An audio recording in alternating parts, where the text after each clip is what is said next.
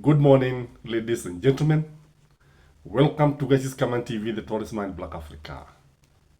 There is a question that no one wants to ask William Samuel Ruto. There is a question that many people, especially those who are in UDA, have always been avoiding. And the question is simple. How is he going to win the elections?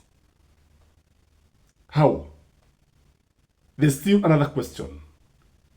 How is he going to deal with Gachagua?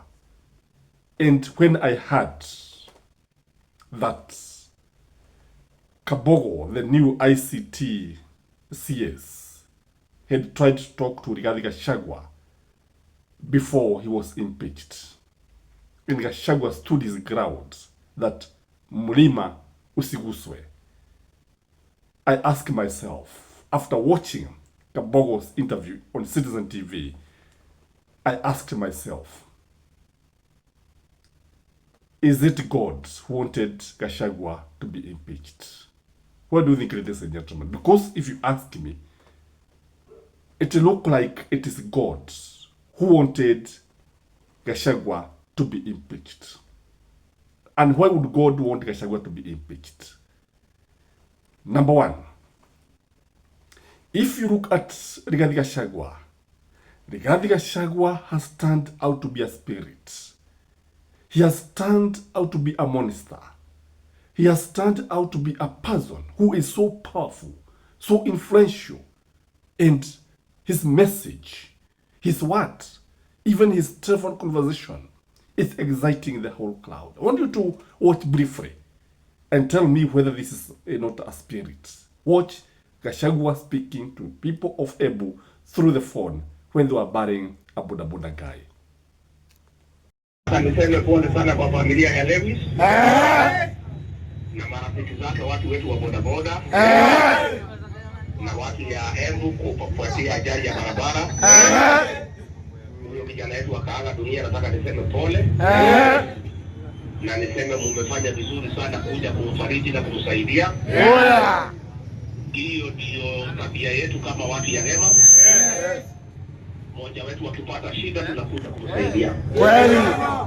Na mimi najivunia hii jamii yetu vile tunapendana. Kwa hivyo nikisema pole, hata mimi nitatuma msumale wa 50,000.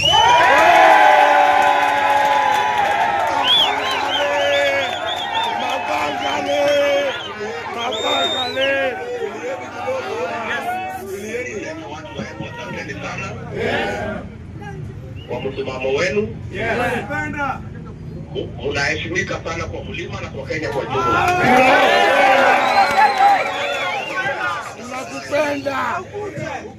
Tunakupenda na ukuje. Tulieni tafadhali ya malizatajwa, si ndio?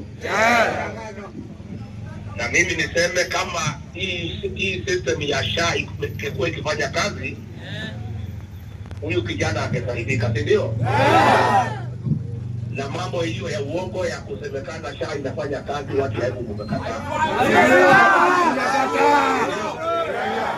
Ya mtoto wake. Sasa nyinyi mkali Mungu kwa UDA ama mlihama?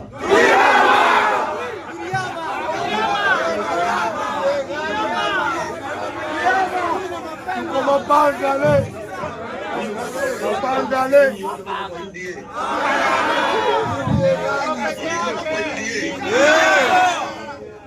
Tuko mapangale sasa. Wiki kadhaa inakuja. Nitatangaza mwelekeo ile mtapata kama Kenya. Mko tayari?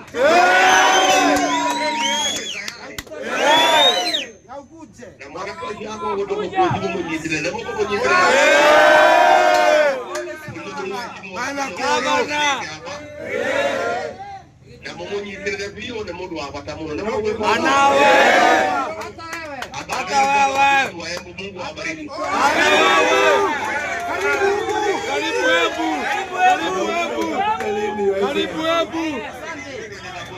Karibu Ebu.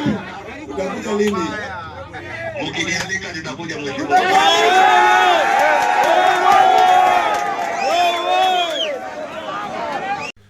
So, ladies and gentlemen, if you look at the way the crowd is reacting, and Gachagua is not physically present, you can agree with me that Gachagua is turning out to be a spirit. And he was being used by God to aid William Samoei Ruto's presidency. I want to show you how. Number one, already he has denied William Samoei Ruto more than 4.7 million votes. The votes that were cast to William Samoei Ruto and Rigathi Gachagua in 2022 from the Gemma Nation were 4.7 million votes. So tell me, if this is not the act of God, tell me if this is not the work of the Lord.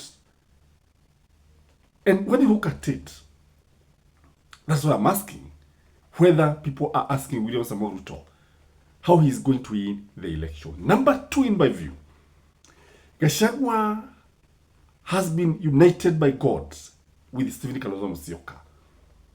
Stephen Kalonzo Musyoka, the Wiper Party, voted for Raila Amolo Odinga. Raila Amolo Odinga has united with William Samoei Ruto.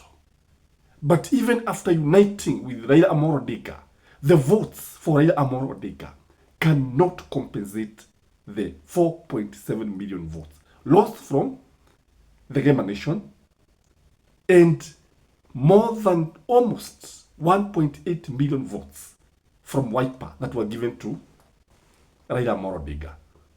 So even if the rest of the votes that were given to Raila without the Gemma Nation would be given to William Samoei Ruto, who has lost already 4.7 million votes, he cannot win. He cannot win any election.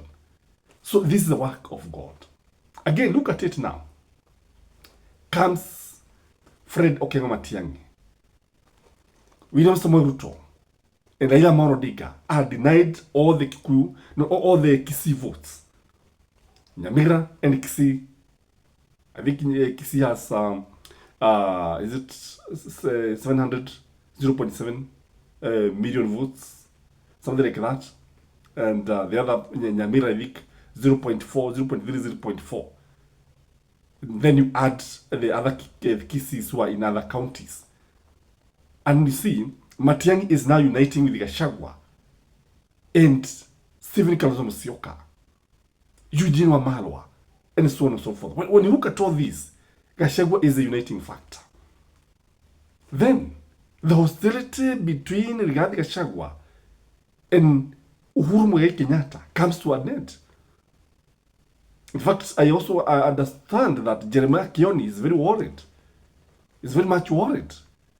Because, Jeremiah wanted Gachagua to join Jubilee. But I think Gachagua refused. And when Matiang'i seems to be joining Rigathi Gachagua, then you can see that William Samoei Ruto is losing it. He is losing it. So when you look at it, God is using him to expose William Samoei Ruto. Expose about the She, expose about the housing levy, because you heard him saying that the housing levy is a scam. Yeah, it's a scam. It is one of the most corrupt venture that is going to taint William Samoei Ruto's government. Again, when you look at Rigathi Gachagua is being used to stop William Samoei Ruto from winning the second term. Because I believe if we're still the deputy president, I think William Samoei Ruto would have easily sailed through the second term. Because even after bringing Kithure Kindiki is not bringing any impact in the government. His presence is not being felt. And again, when you look at William Samoei Ruto is now set against the Gen Z. He has lost the church. He has lost the Gemma Nation, Mlima Umeenda. He has lost so many votes, including those from the workers, because of the many taxes. Workers are complaining all over. So when you look at Rigathi Gachagua was impeached by the hand of God.